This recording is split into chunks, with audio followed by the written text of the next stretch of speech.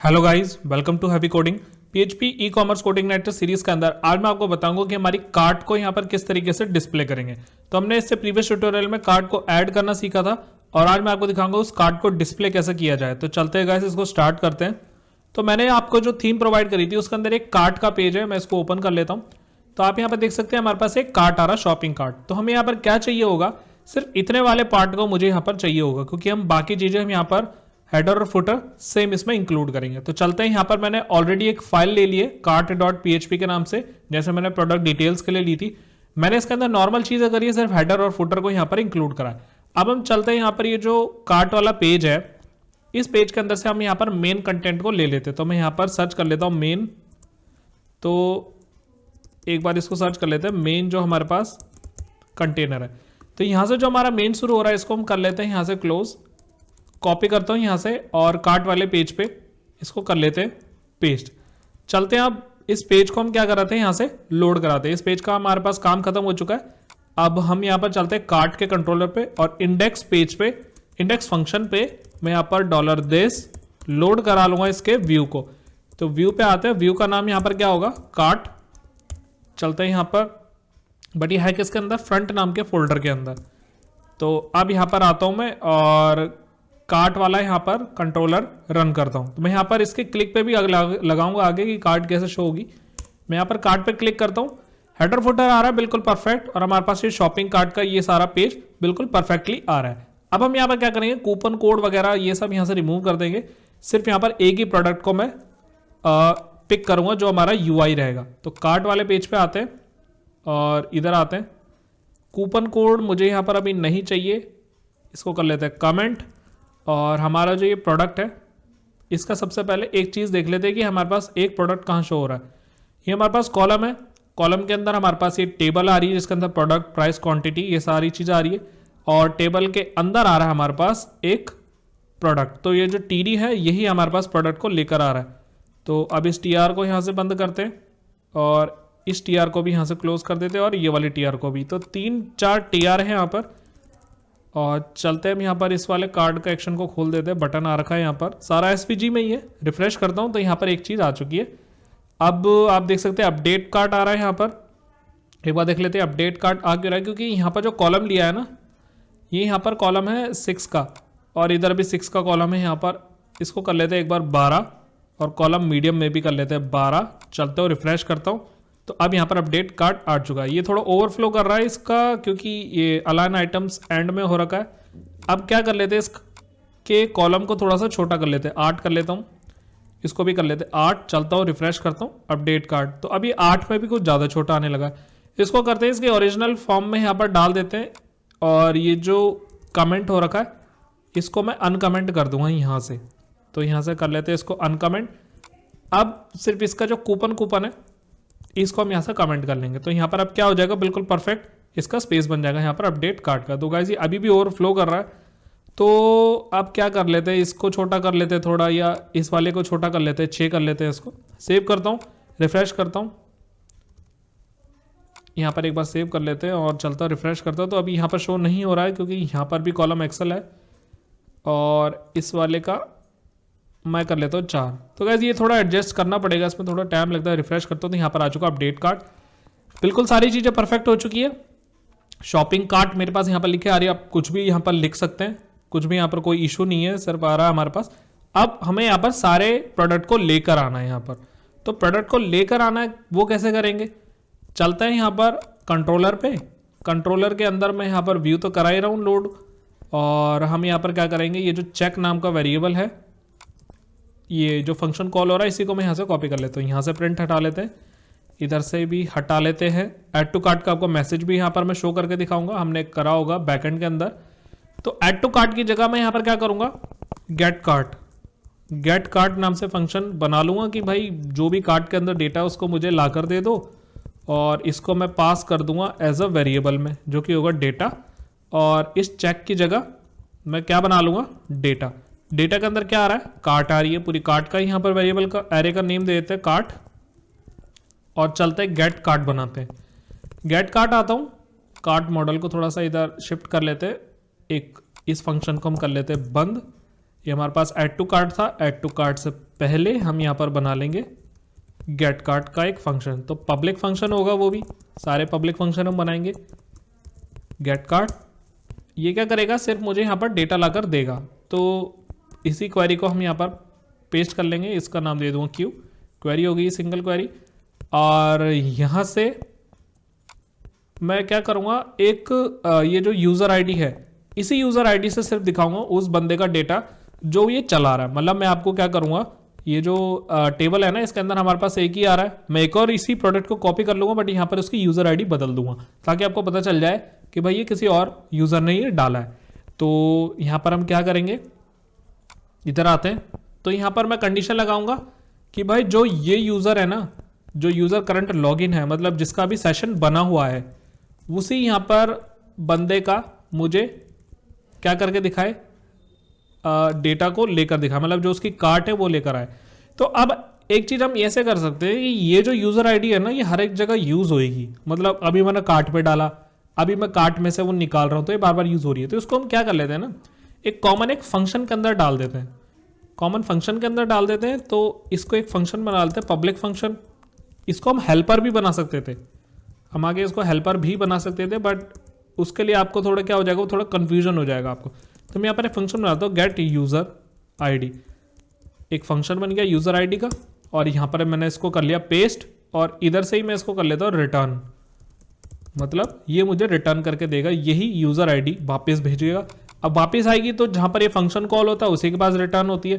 तो अब अगर इस फंक्शन को मुझे यहाँ पर यूज़ करना है, तो मैं यहाँ पर क्या करूँगा, $this, और इसी फंक्शन को कॉल करूँगा, तो ये वाली यूज़र आईडी आ जाएगी। अगर इसी फंक्शन को आप यहाँ पर भी डालते और फिर एक वेरिएबल में डालते तो भी ये चल जाता। तो अभी मैं क्या कर रहा हूँ, मैंने जब वहीं से इसको रिटर्न कर लिया, तो यहाँ पर आ चुका है कि जहाँ पर भी ये यूज़र आईडी है वहाँ का मुझे यहाँ पर कार्ट में से निकाल के दे दे सारा डेटा।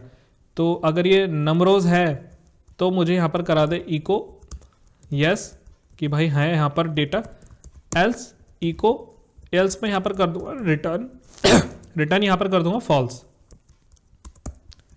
तो यहाँ पर फॉल्स हो गया रिटर्न, और यूज़र आईडी यहाँ पर भी यूज़ हो रही है। तो इसी फंक्शन को कॉपी कर लेते हैं यहाँ पर यू गेट यूज़र आईडी में। तो यहाँ पर हो चुका यूज़र आईडी, और भी कहाँ पर यूज़र आईडी शो हो रही है, इस वेरिएबल के अंदर है। कर लेते हैं यहाँ से कॉपी, और यहाँ पर इसको कर देंगे पेस्ट। आप वेरिएबल में भी डाल सकते थे जैसा मैंने आपको बताया। तो गाइज इसमें क्या होगा, यूज़र आईडी आ चुकी है बिल्कुल परफेक्ट, और यहाँ पर भी यूज़र आईडी आ चुकी है। तो अब क्या करते हैं, गेट कार्ट नाम के फंक्शन को चला कर देखते हैं। तो मैं चलता हूँ यहाँ पर कार्ट पे आता हूँ, और यहाँ पर कर लेता हूँ डाई, और प्रिंट आर कर लेते हैं $डेटा को। चलते हैं एक बार ब्राउज़र पे, रिफ्रेश करता हूँ, तो अनएक्सपेक्टेड पब्लिक फंक्शन देखते हैं यहाँ पर क्या एरर है। एक यहाँ पर मिसिंग होगा ये चीज़, ये वाला फंक्शन का ब्रैकेट मिसिंग है, तो यस मतलब इसके अंदर आ रही है, उसको वो मिल रही है कार्ट। अब क्या करेंगे, इसी क्वेरी से मैं इसका रो निकाल लूंगा। रो नहीं गाइस, इसके अंदर रिजल्ट होगी, मतलब एक से ज़्यादा प्रोडक्ट भी तो वो डाल सकता है एक, मतलब कि एक यूज़र इससे ज़्यादा प्रोडक्ट भी डाल सकता है। तो रिटर्न कर देंगे इसका रिजल्ट। चलता हूँ रिफ्रेश करता हूँ, आ गया है यहाँ पर डेटा कि भाई जिस बंदे ने यहाँ पर ये चला रहा कार्ट को, वो सारी यहाँ पर डेटा इसको दिखा देगा। तो अभी के लिए क्या डेटा आ रहा है, आप यहाँ पर देख सकते हैं कि एक ही आ रहा है, इसका काउंट क्या आ रहा है, एक ही आ रहा है, मतलब 0 इंडेक्स से स्टार्ट हो रहा है। अगर मैं इसी चीज़ को कर दूँ कॉपी, मतलब सॉरी इसको मैं एक और प्रोडक्ट डाल देता हूँ यहाँ से, ये वाले को भी ऐड टू कार्ट कर देते हैं। यहाँ पर ऐड टू कार्ट हो चुका है, और चलते हैं वापस से कार्ट में। यहाँ पर अभी मैं लिंक भी लगा दूंगा ताकि हम कार्ट पे ऐसे बार बार लिख के जाना ना पड़े। तो आप यहाँ पर देख सकते हैं 2 आ चुके हैं। तो एक और ये एरे 0, और एक मुझे यहाँ पर मिलेगी एरे 1, ये रही। इसके बाद होगी हमारे पास एरे 1। तो 2 प्रोडक्ट आ चुके हैं, 2 उसने कार्ट में डाला। अब ये आपको पता चल जाएगा, यहाँ पर ब्राउज में करता हूँ, 2 प्रोडक्ट आ चुके हैं। इसी प्रोडक्ट को कर लेते हैं कॉपी, इसी प्रोडक्ट को कॉपी कर लेते हैं। तो अब देखना यहाँ पर क्या होगा, 3 आ जाएंगे, 3 आ गए। अब मुझे इस चीज़ को बचाना है, क्यों, क्योंकि यूज़र आईडी सबकी सेम है। अगर किसी और यूज़र का मैं यहाँ पर डाल रहा हूँ, मतलब उसका सेशन जो भी दूसरा बंदा उस ब्राउज़र में यूज़ कर रहा है, अब मैं रिफ्रेश करूंगा तो ये सिर्फ उसी का दे रहा है जिसने यहां पर इसको डाला था, जिसकी ये सेम यूजर आईडी है। अब मैं क्या करता हूं, इस कोडिंगनेटर कार्ड को हमारे कोई दूसरे ब्राउजर में इसको रन करके देखते हैं। चलाता हूं इसको, तो अब यहां पर कार्ड बिल्कुल ब्लैंक आ रही है। क्यों आ रही है ब्लैंक? एक बार इसको फिर से चलाते हैं कोडिंगनेटर को, फोल्डर को, तो हमारे पास यहां पर अब वेबसाइट चलेगी और इसके अंदर मैं कर लूंगा इस वाले को नॉइस कैंसिलेशन को, हेडफोन्स को यहां पर मैं डाल देता हूं। इधर आता हूं, बैक करता हूं और यहां पर कर लेते हैं कार्ड को व्यू। तो अब देखा गाइस आपने कि इसकी जो यूजर आईडी थी ना सेशन की, वो यहां पर आ रही है 13030। तो एक ही यहां पर प्रोडक्ट दिखा रहा है, बट मैंने यहां पर इनकॉग्निटो मोड में डाला था क्रोम पे, तो ये दूसरे ब्राउजर में यहां पर दूसरा दिखा रहा है। मतलब जिस ब्राउजर से वो चला रहा है वो उसको दिखेगा। बट आप ये सोच रहे होंगे कि हम तो यहां पर लॉगिन करते हैं, तो गाइस वो चीज भी आगे आने वाली है। इसको हम यहां पर लॉगिन भी बनाते हैं। तो अभी के लिए जब तक बंदा लॉगिन नहीं करता है ना, तो उसको एज ए यूजर से हम यहां पर डाल के रखते हैं। तो जिस भी वो ब्राउजर पे चला रहा वो सिर्फ उसी के प्रोडक्ट यहां पर उसको शो कराएगा। अब डेटाबेस में आते हैं, यहां पर 4 प्रोडक्ट हो जाएंगे। एक वो होगा जो अभी उसने दिखाया, एक ये मैंने खुद से डाला था, इसकी अब कोई जरूरत नहीं है। 2 यहां पर दिख रहे हैं, एक दिखेगा यहां पर। तो आई होप आपका ये डाउट क्लियर भी हो चुका होगा, अगर ये डाउट आपके मन में आया था तो गेट कार्ट नाम का फंक्शन हो चुका है जो कि निकाल के दे रहा है मुझे सारे। ऐड टू कार्ट हो रहा है यहां पर। अब क्या करेंगे, कार्ट पे फिर से वापस आ जाएंगे और ये जो कार्ट है ना, इसको हम करा लेंगे डिस्प्ले। रिफ्रेश करता हूं, यहां पर आ जाएगा। अब उसी को फॉर लूप से मैं यहां पर इसको बार बार प्रिंट कराता रहूंगा जो भी उसके कार्ट के आइटम्स होंगे। और एक और चीज और देखने वाले हैं कि जब हम कार्ट में डाल रहे हैं तो मैसेज भी हो कि भाई ये ऑलरेडी है कार्ट में या एडेड टू कार्ट है। चलते हैं यहाँ पर, इसको मैंने कर लिया सेव कार्ट डॉट PHP पे आता हूँ फिर से। और एक प्रोडक्ट था, मैंने यहाँ पर प्रोडक्ट डाला था TD में। इसी TD में टेबल की बॉडी में एक PHP फॉर ईच लगाऊंगा मैं। फॉर ईच लूप लगेगा जिसके अंदर हमारे पास क्या आ रहा था, कार्ट आ रही थी। एरे के अंदर आ रही थी cart, dollar cart as array. यहां से हमने कार्ट बंद कर ली। कौन सी कार्ट आ रही है? यही तो कार्ट आ रही है जो मैंने डेटा से डाली है।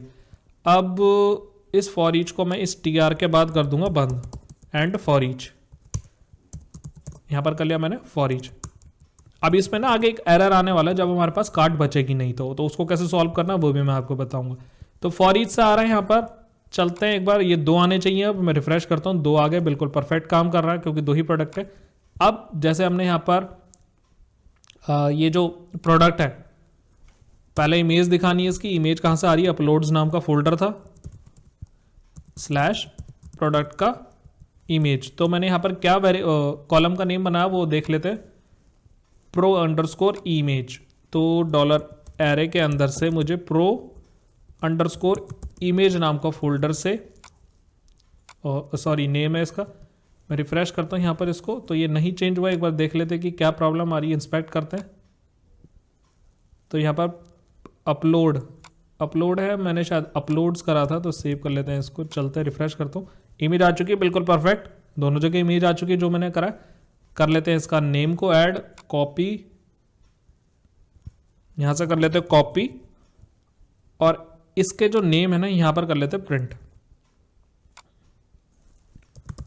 Pro underscore name. चलता हूं, रिफ्रेश करता हूं, प्रोडक्ट का नेम भी आ चुका है यहां पर बिल्कुल परफेक्ट तरीके से। ये थोड़ा इसमें क्या हो सकता है कि जो हमारे पास CSS है ना इसकी थीम में, वो शायद थोड़ी गलत लगी होगी, इस वजह से ये इसको मार्जिन लेफ्ट, यहाँ पर देखो मार्जिन लेफ्ट लगा हुआ है इस पर, इस चक्कर में यहाँ पर ये आ रहा है। तो इसको हम बाद में भी ठीक कर सकते हैं, इसकी अभी कोई प्रॉब्लम नहीं है, वो तो बिल्कुल परफेक्ट इसको हम कर सकते हैं आगे, थीम वाला काम है वो तो।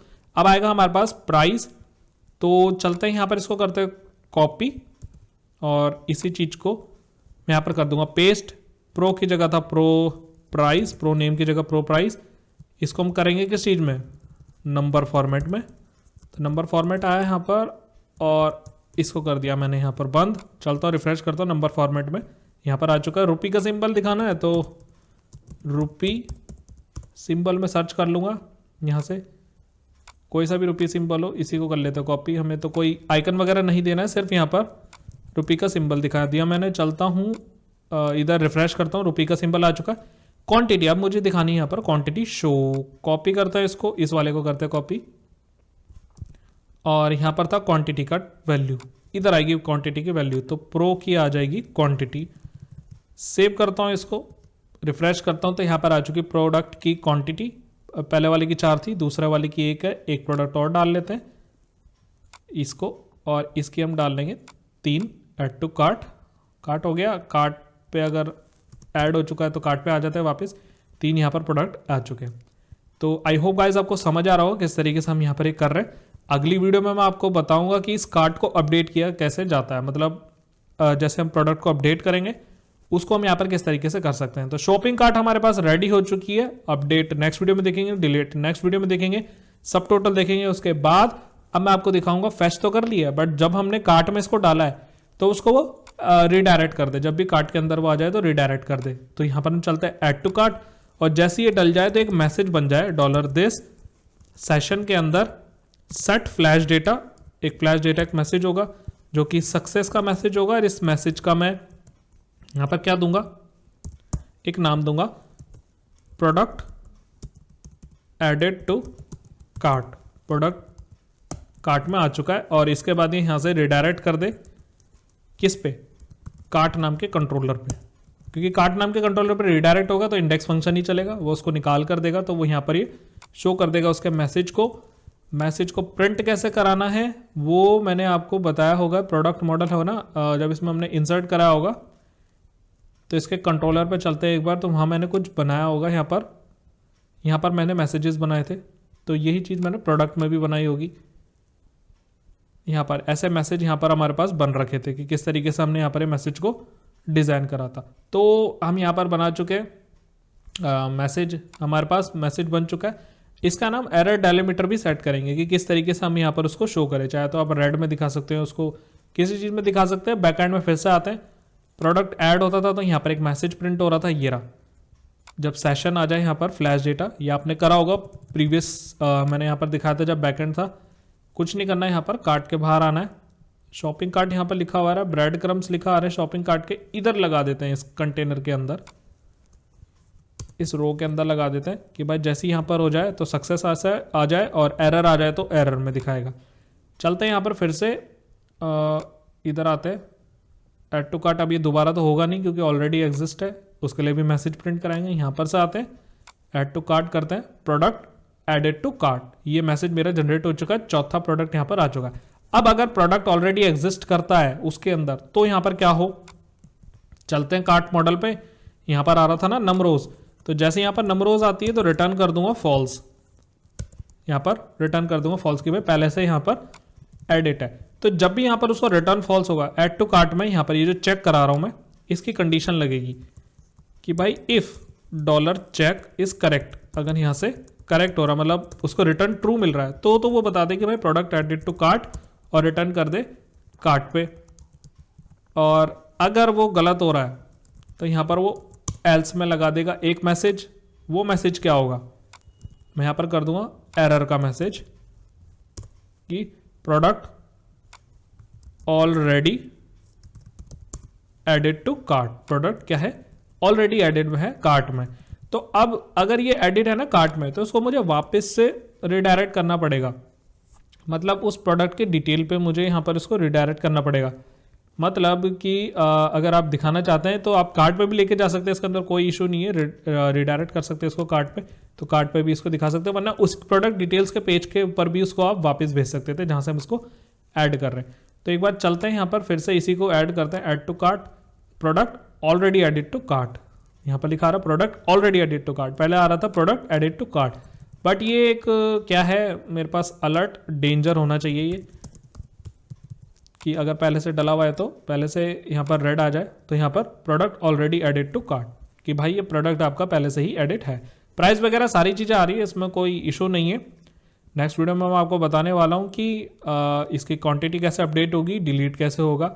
आगे हम देखेंगे कि इसका टोटल हम यहाँ पर सब टोटल किस तरीके से बनाएंगे। तो आई होप आपको समझ आ रहा होगा सारी चीज़ें। सो इस वीडियो में इतना ही, अगर कुछ डाउट रह गया तो मुझसे कमेंट सेक्शन के अंदर ज़रूर पूछिएगा।